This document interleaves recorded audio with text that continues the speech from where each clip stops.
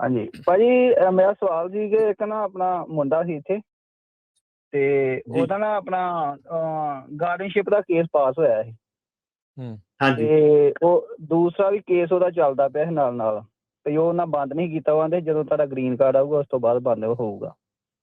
ਤੇ ਉਹ ਪਿਛਲੇ ਸਾਲ 22 ਦੀ ਤਰੀਕ ਤੇ ਗਿਆ ਸੀ ਤੇ ਉੱਥੇ ਆਈਸ ਵਾਲਿਆਂ ਨੇ ਫੜ ਲਿਆ ਸਾਨੂੰ। ਓਕੇ।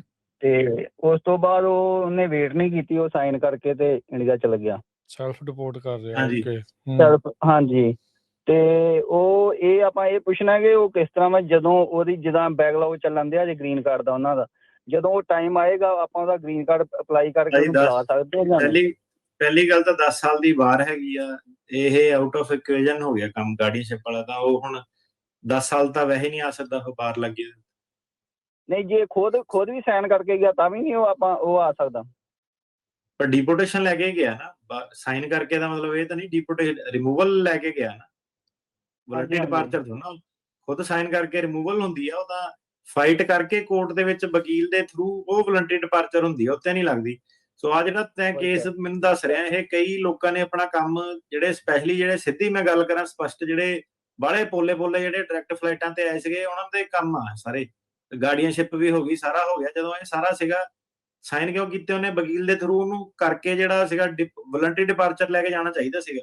ਤੇ ਹੁਣ ਆ ਜਿਹੜੀ ਚੀਜ਼ ਸੀਗੀ, ਇਹ ਉਦੋਂ ਕਈ ਵਾਰੀ ਆਪਾਂ ਵੀ ਕਹਿੰਦੇ ਰਹਿ ਗਏ ਉੱਥੋਂ, ਪਰ ਜਨਤਾ ਨੇ ਸੁਣੀ ਨਹੀਂ। ਗਈਆਂ ਨੇ ਗੱਲਬਾਤ, ਜਿਹੜੇ ਚਲ ਗਏ ਹੁਣ ਪਛਤਾਉਂਦੇ ਆ ਉੱਥੇ ਜਾ ਕੇ ਕਿੱਦਾਂ। ਤੇ ਹੁਣ ਜਿਹੜੇ ਸੀਗੇ ਲੋਕੀ ਹੇਬੀਅਸ ਤੇ ਬਾਹਰ ਵੀ ਆਉਣ ਲੱਗ ਪਏ ਆ। ਸੋ ਇਹ it's on him, it's not on anyone else. ਇਹਨੇ ਮੂਰਖਤਾ ਕੀਤੀ ਆ ਬੰਦੇ ਨੇ। ਸੋ ਇਹ ਰਿਮੂਵਲ ਵਰਸਸ ਵਲੰਟੀਅਰ ਡਿਪਾਰਚਰ ਦਾ ਇਹ ਮਤਲਬ ਹੋਇਆ।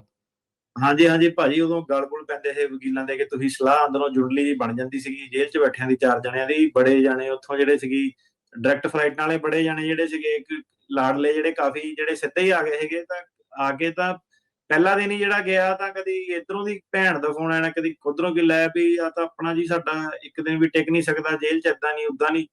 ਤੇ ਉਹ ਮਤਲਬ ਹੁਣ ਜਿਹੜਾ ਦੱਸਦੇ ਕੇਸ ਇਹ ਸਾਰਾ ਵੱਟ ਤੇ ਪਿਆ ਸੀਗਾ ਇਹਨਾਂ ਦਾ, ਤਾਂ ਉਹੀ ਸੀਗਾ ਕਿ ਉਹ ਜਾਂ ਤਾਂ ਉਦੋਂ ਕਰਦੇ ਜਾਂ ਹੇਬੀਅਸ ਕਰਦੇ ਜਾਂ ਆਪਣਾ ਸੋ ਦੇ ਮੇਡ ਅ ਚੋਇਸ ਕੀ ਉਹਨਾਂ ਨੇ ਸਾਈਨ ਕਰਕੇ ਵੋਲੰਟਰੀ ਡਿਪਾਰਚਰ ਲੈ ਕੇ ਗਏ 10 ਸਾਲ ਦੀ, ਜਿਹੜੀ ਆਪਣੀ ਰਿਮੂਵਲ ਲੈ ਕੇ ਗਏ ਆ। ਸੋ ਵੋਲੰਟਰੀ ਡਿਪਾਰਚਰ ਦੇ ਵਿੱਚ ਫਿਰ ਅਟਾਰਨੀ ਕਹਿਣਾ ਜੀ ਉਹ 'ਚ ਫਿਰ ਬਾਹਰ ਨਹੀਂ ਹੁੰਦੀ, ਇਹਦਾ ਮਤਲਬ ਇਹ ਵੋਲੰਟਰੀ ਡਿਪਾਰਚਰ ਚਾਲ ਹੀ ਬਾਹਰ ਨਹੀਂ ਲੱਗਦੀ।